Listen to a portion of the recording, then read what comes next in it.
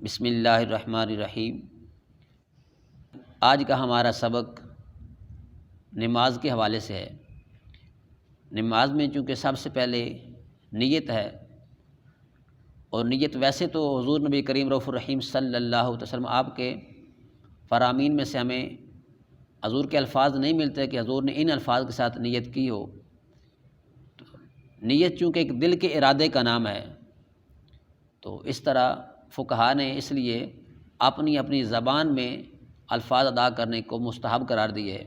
ہم چونکہ اردو بولتے ہیں تو ہم اردو زبان میں، اگر پنجابی بولتے ہیں تو پنجابی میں نیت کے الفاظ کہہ سکتے ہیں۔ تو سب سے پہلے ایک ننھا سا بچہ ہے محمد حسن جاوید، اس سے نیت سنتے ہیں کہ ہم نماز میں نیت کیسے کرتے ہیں۔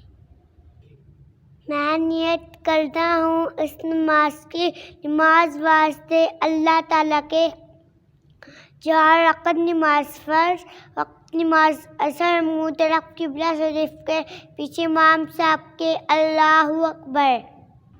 اب ہم محمد احمد صاحب سے سنیں گے کہ نیت کے بعد ہم کانوں تک ہاتھوں کو اٹھاتے ہیں، تو یہ اب آپ کو پوری دلیل دیں گے کہ حضور نبی کریم رؤوف الرحیم صلی اللہ علیہ وسلم کا فرمان کس کتاب میں لکھا گیا کہ کانوں تک ہاتھ اٹھاتے ہیں، اور پھر اس کا پورا ریفرنس دیں گے۔ جی محمد احمد صاحب۔ حضرت وائل بن حجر رضی اللہ تعالیٰ عنہ سے روایت ہے کہ انہوں نے نبی اکرم صلی اللہ علیہ وسلم کو دیکھا، جب آپ نماز کے لیے کھڑے ہوئے تو آپ نے رفع دین کیا یہاں تک آپ کے دونوں ہاتھ دونوں منڈوں کے بالمقابل ہوئے، پھر آپ کے دونوں انگوٹھے دونوں کانوں کے بالمقابل ہوئے، پھر آپ نے اللہ اکبر کیا۔ کتاب کا نام سنن ابی داؤد، حدیث نمبر 724۔ محمد ساحل سے سنیں گے کہ تکبیر تحریمہ کے بعد ہم ہاتھ باندھتے ہیں، اور یہ سنت ہے، اور یہ اب آپ کو بتائیں گے کہ ہاتھ باندھنا جو ہے وہ کہاں باندھنا چاہیے، اور یہ کس کتاب میں لکھا ہوا ہے۔ جناب محمد ساحل۔ حضرت ابو جحیفہ رضی اللہ تعالیٰ عنہ سے روایت ہے کہ حضرت علی مرتضیٰ رضی اللہ تعالیٰ عنہ نے فرمایا کہ نماز میں ہتھیلی کو ہاتھ پر رکھ کر ناف کے نیچے رکھنا سنت ہے۔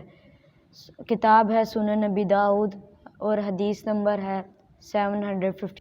نماز میں چونکہ ہم جب قیام کی حالت میں ہوتے ہیں تو اپنے بائیں ہاتھ کو دائیں ہاتھ سے پکڑتے ہیں، تو یہ محمد مہد خان سے ہم سنیں گے کہ یہ کہاں پہ لکھا ہوا ہے، حدیث کا نمبر بھی بتائیں، اور حدیث کی کس کتاب میں لکھا ہوا ہے۔ محمد مہد خان۔ حضرت طاہر تعالیٰ عنہ سے روایت ہے کہ کانا رسول اللہ یا امنا فیأخذ شمالہ بیمینہ، رسول اللہ صلی اللہ علیہ وسلم ہماری امامت کرتے تو بائیں ہاتھ کو دائیں ہاتھ سے پکڑتے۔ کتاب کا نام سنن جامع ترمذی، حدیث نمبر 252۔